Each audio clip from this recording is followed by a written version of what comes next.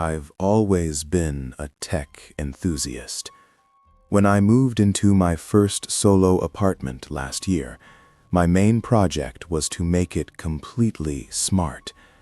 Everything from the lights to the deadbolts was controlled by my phone. But my biggest investment was the Vision S smart mirror in my bedroom. It wasn't just a piece of glass. It had built-in AI sensors and a high-definition camera designed to track your posture and form during workouts. For the first few months, it was perfect. But on a freezing night in late November, the technology I trusted became my worst nightmare. I was lying in bed, working on my laptop. The room was pitch black, except for the faint blue standby glow of the mirror. Suddenly, the screen flickered to life. I figured it was just a software update, but then I saw the interface. It had launched workout mode. The mirror's sensors had detected motion in the room. I stared at the digital reflection. I could see myself lying on the bed, but the AI's posture tracking system had placed a bright, vibrating red box in the empty corner of the room behind my chair. My heart stopped. I slowly turned my head to look at the corner, but there was nothing there, just shadows and my laundry. I told myself it was just a glitch, a bug in the motion tracking code. I rebooted the mirror and tried to sleep. The next night, at exactly 3 a.m., my phone buzzed on the nightstand. A notification. Workout session started. I sat up instantly, my blood running cold. The mirror was on. This time, the red tracking box wasn't in the corner. It was right at the edge of my bed. In the mirror's digital feed, I could see it.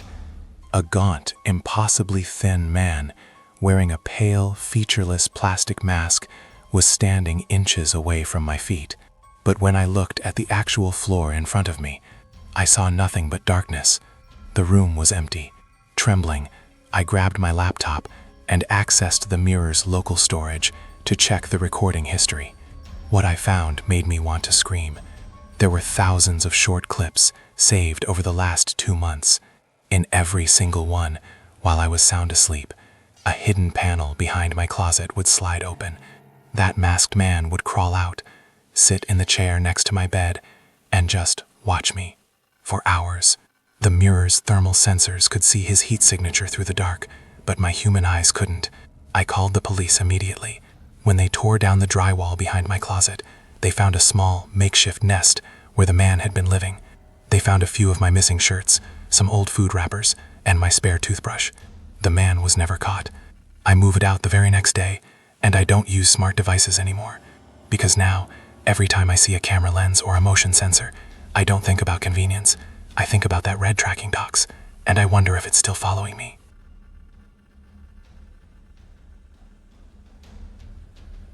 I live alone in a fairly modern apartment complex in the city.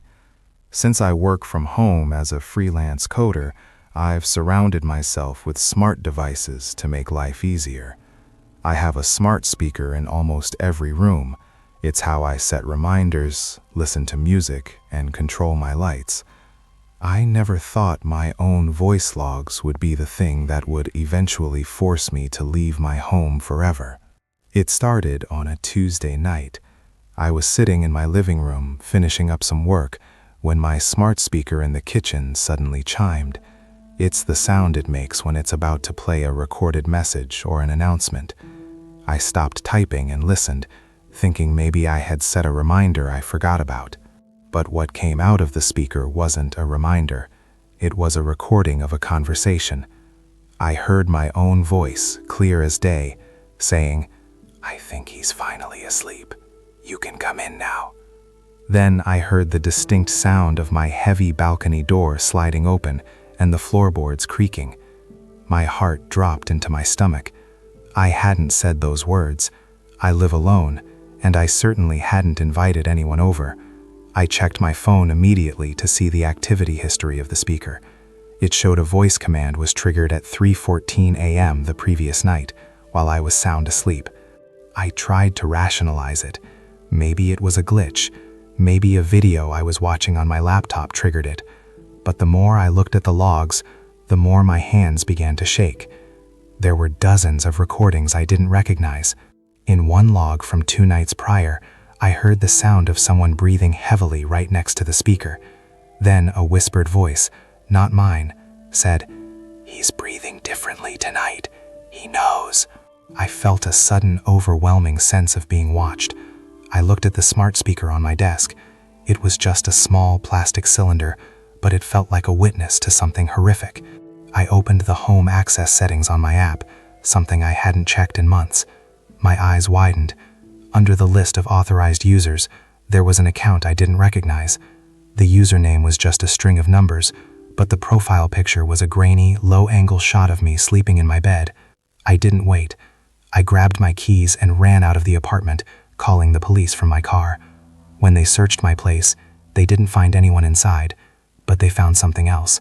In the small utility closet where the water heater is kept, they found a tablet plugged into a portable battery.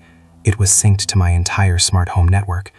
The most disturbing part, the person had been using the speakers to play ultra-low frequency sounds while I slept, sounds meant to induce paranoia and deep sleep. They weren't just watching me through the technology, they were using it to control my environment so I wouldn't wake up while they walked through my halls. I never went back to that apartment. I sold all my smart devices on eBay the following week. Now I use manual switches and physical keys, because every time I hear a digital chime or a robotic voice, I don't think about convenience. I think about that recording of my own voice and the person who was waiting for me to fall asleep.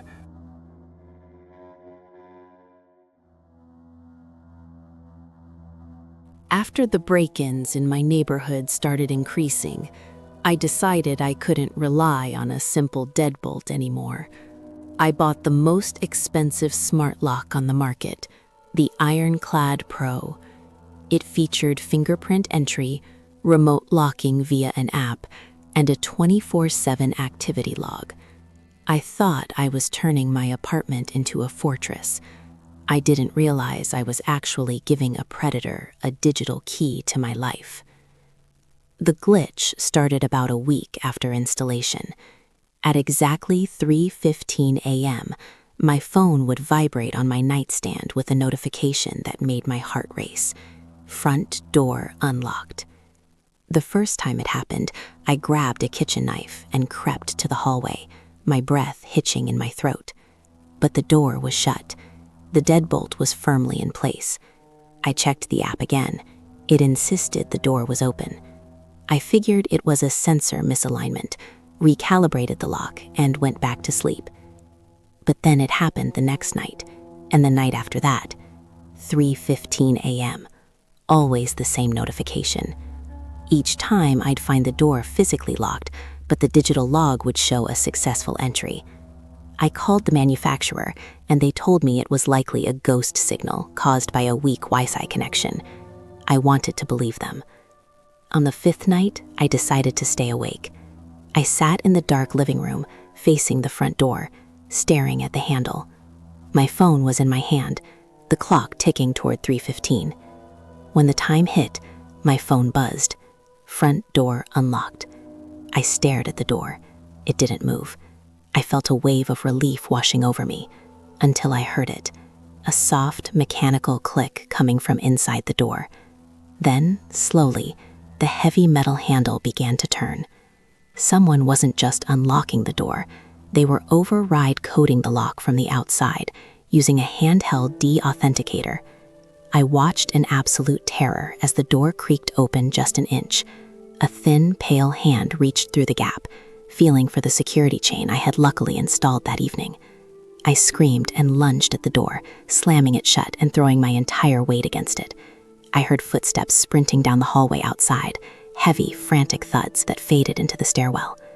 When the police arrived, they found something that chilled me to the bone. The intruder wasn't some random thief. They found a small jammer device tucked into the emergency light fixture in the hallway, right above my door. It had been intercepting my Wi-Fi signal for days, learning the encryption of my lock. But the worst part came during the forensic sweep of the app's cloud data. The ironclad servers showed that my door hadn't just been unlocked at 3:15 a.m. for the last 5 nights. It had been unlocked nearly every day for the past month, usually around 2 p.m. while I was at work. The log showed the door would unlock, stay open for exactly 2 hours, and lock again right before I got home. Someone had been living in my apartment, using my things, and sleeping in my bed while I was out earning the money to pay for that secure home. I don't use smart locks anymore. I went back to a heavy-duty, old-fashioned steel bolt, because technology can be hacked, patched, and bypassed. But a piece of solid steel doesn't send you a notification when it's failing. It just holds the line.